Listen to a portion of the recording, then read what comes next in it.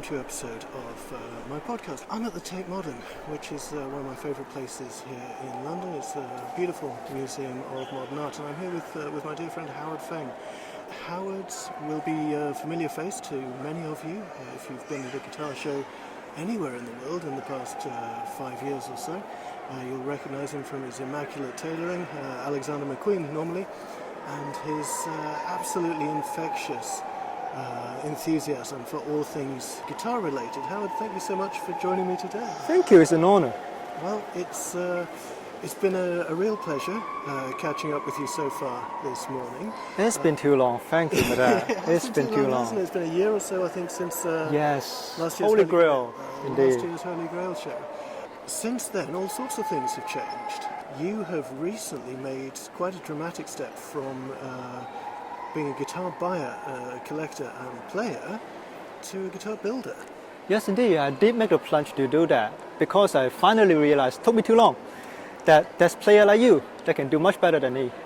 And then I choose to just serve you guys to make guitars.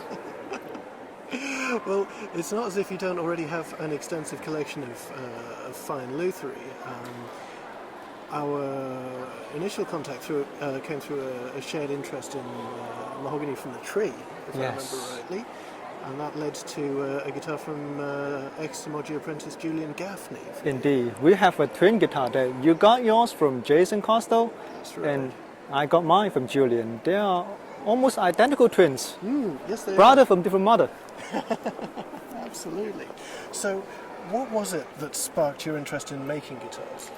I started playing guitar with a different background than most people, that I don't have professional music background, no music education.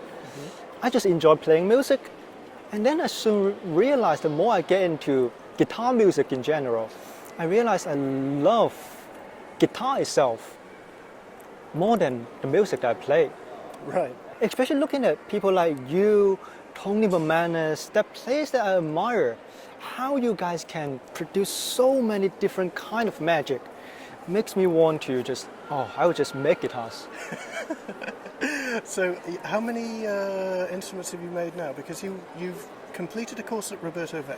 Yes, indeed. So that's, for the uninitiated, that's the Roberto Venn School of Luthiery out in Arizona, which has proved something of a breeding ground of luthiery talent. Certainly Mike Baranek was there. Was Michi at Roberto Venn as well? Michi was at Roberto Venn. Jason Costa. Jason, yeah. Ray Crow. Ray. A lot of the famous Japanese builders like Fuji. Really? Nishi from Keystone. They are all from Roberto Venn. They're all alumni of Roberto Venn. Yeah, that proves they're doing something right. Absolutely. Now I make 3 or 4 instruments already, but one of them is in electric, so I wouldn't count that one. Electrics don't count. Electric is as we all say, is a glorified cabinet. So no, it doesn't count. Tell me about the acoustics you've made. First one is based on the traditional Martin, with a red cedar top, rather unusual, with a beautiful flame walnut back and side. Non-cutaway, plain and simple with all the ebony trims. And then I find out a wood that is in fact suggested by me through our dear friend Leo Bondia. Oh yes. He provided material for me to do that with the lush spruce top, really old piece of lush spruce, poured some beautiful grain, with Malaysian blackwood. Oh wow. Which I think is really appealing from the look and the sound. It's ebony, real ebony. Looks a lot like Brazilian rosewood with the spider webbing. That whole chocolate thing, yeah. The whole chocolate, exactly. Malaysian blackwood has been getting a lot of attention. I know Mike Greenfield has built with it, with yes, indeed. Spectacular results. Rory Dowling as well of Taran guitars. The interest in it has to be a direct outcome of what's been happening with CITES, but nevertheless this has been a real opportunity to introduce some fantastic new woods. Indeed, I think there's always two sides for everything. CITES indeed provide a lot of trouble for rosewood, dalbergia especially, but then again, there's so many potential in other woods, for example, Van Gogh, Padauk, and nowadays you can just see those guitars more and more often. especially from Canadian builders. The site has really become an issue for them, and they just Well, for Canadian builders, definitely, yeah. If you want to exhibit instruments in the USA, you know, Canadian builders are under as much pressure as anybody else. yeah. And in this case, I happened to bump into a really fantastic piece of Malaysian blackwood, and Leo just said, "Look, this is a piece of wood that I have for years, and if you want to build with it, go ahead." Yeah, and that's just too good an opportunity I can pass on. You also have a background in luxury goods, Howard. You've worked as a fashion buyer in the past. Yes, I did. We were talking a little bit earlier about timepieces, and it's funny, there is a sort of a Venn diagram of people who love guitars and appreciate watches as well. Grit Laskin used to make a guitar with the theme of the grand complication. Right. Grit is good enough to share a little bit insight with me. Watches and guitars share a lot alike because they all have a function, and most of them you can't see them. Yes, very true. It's the movement in watches and the braces and the structure inside the guitar that really makes it works. And most of the people, no matter buying it or just looking at it, don't know about it.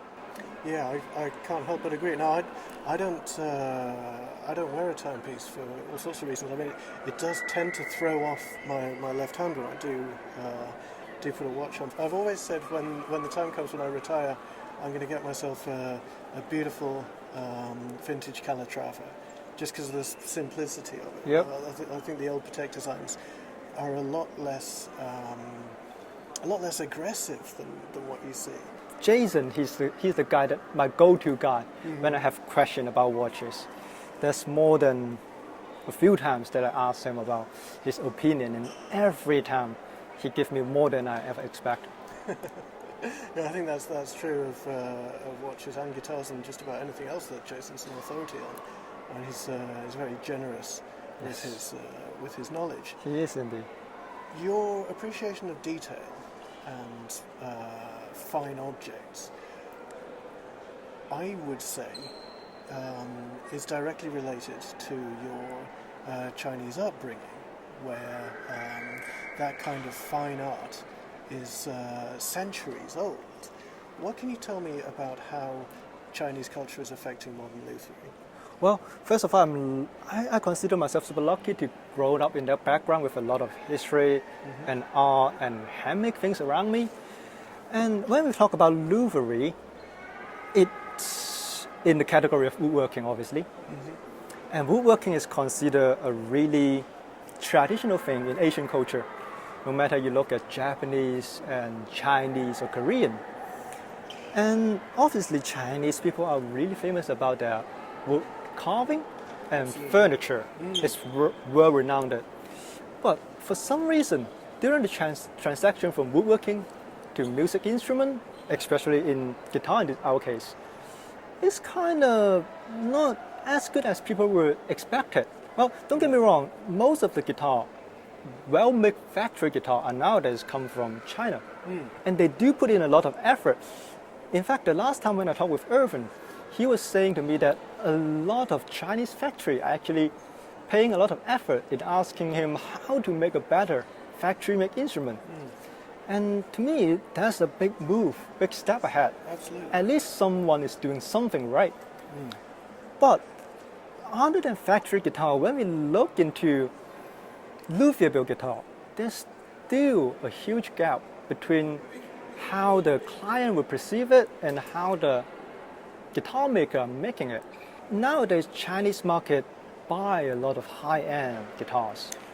Well, that's my next question, actually, Howard, because the Chinese luxury goods market is exceptionally strong. But having had Chinese clients in the past and having worked closely with them, I've been given a sense that they appreciate guidance.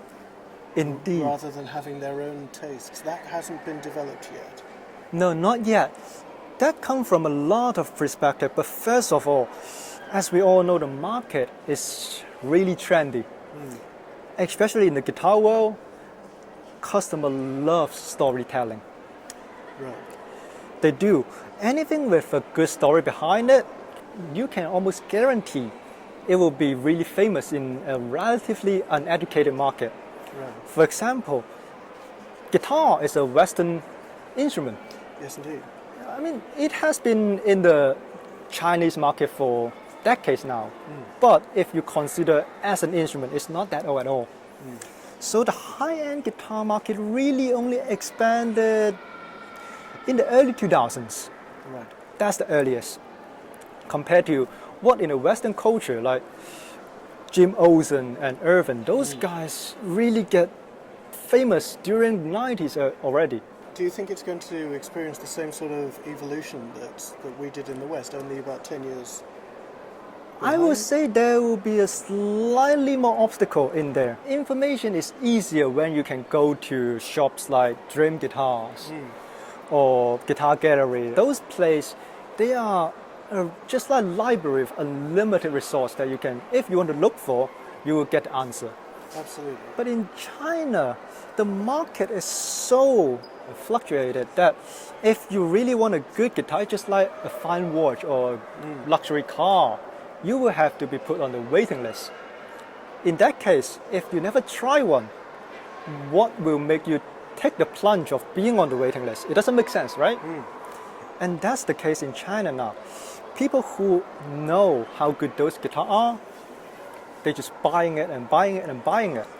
And for people who never got a taste of those things, they were just like, what is all the hype about a $20,000 guitar?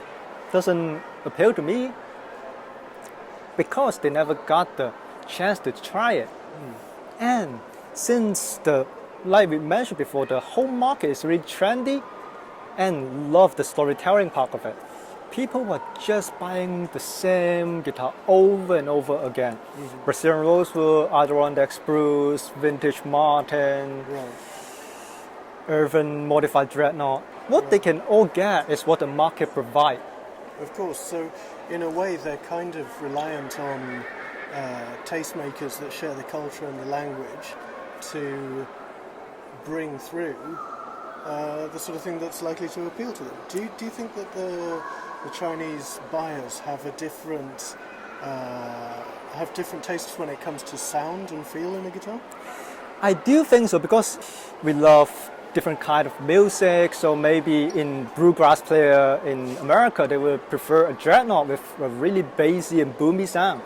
But again, in China, maybe we are interested in fingerstyle anime or pop culture music that we might want an OM. There's more melodic and more focused on the treble. A great example would be Laywood with Sheng Hao Jun.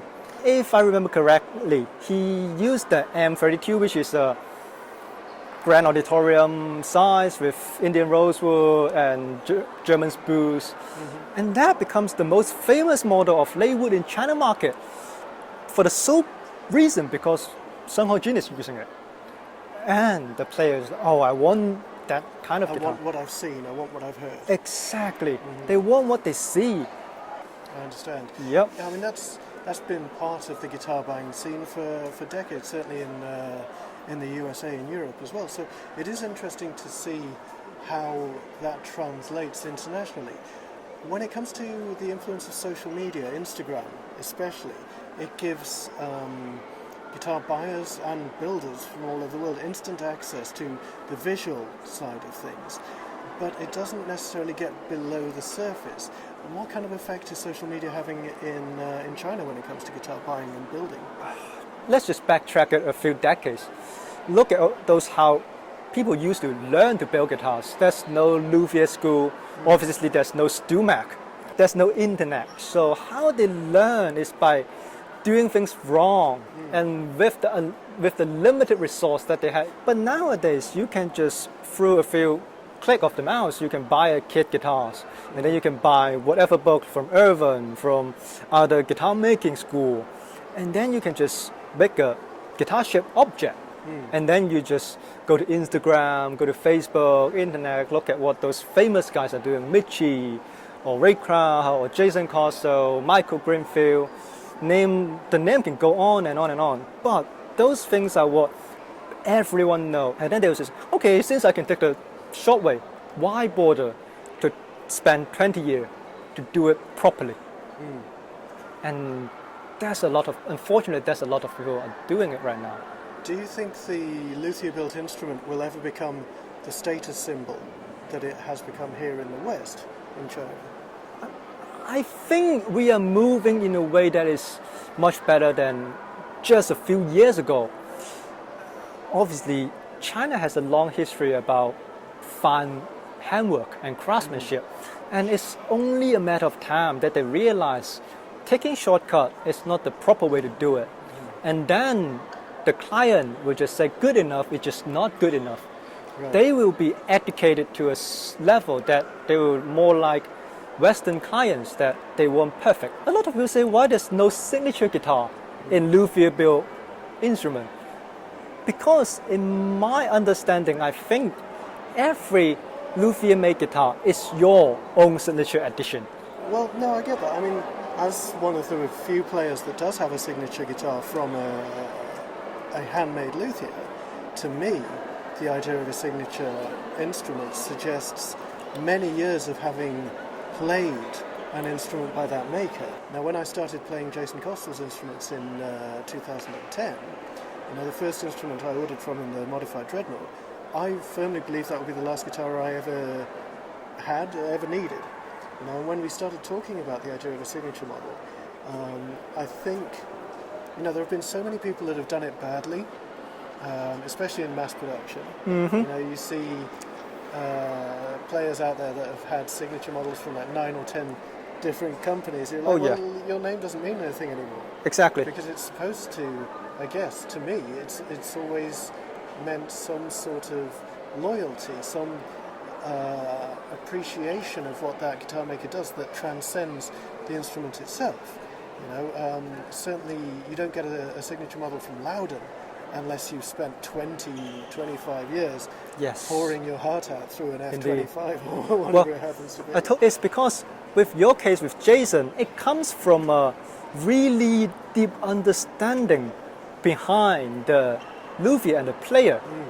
But that doesn't come easy to most clients in the market. Most people that buy a factory-made guitar with the signature edition, they buy it because they look at that player. It's from a totally different approach. Absolutely. Do you think language is the barrier here, or is it cultural differences? Because from my point of view, certainly Chinese music is so different that you'd expect that different tones and different timbres are more sought after than others. To give you an example, when I've worked with Japanese producers in the past, I found that what they're looking for is not so much a punchy sound, but absolute purity. Yes. Which is not something that we're that worried about. No, not at all. we have totally different approach. But I think when it comes to the luthier making, it's just like perfect tailoring. If you know what you're doing and what you're asking for, you will always be a satisfied customer. I mean, in my case, I help a lot of luthiers or a lot of clients to eventually get the guitar that they want for years. I mean, yes, language barrier is gonna be a thing, but if you really love something, if you try hard enough, you will always find something that's working for you.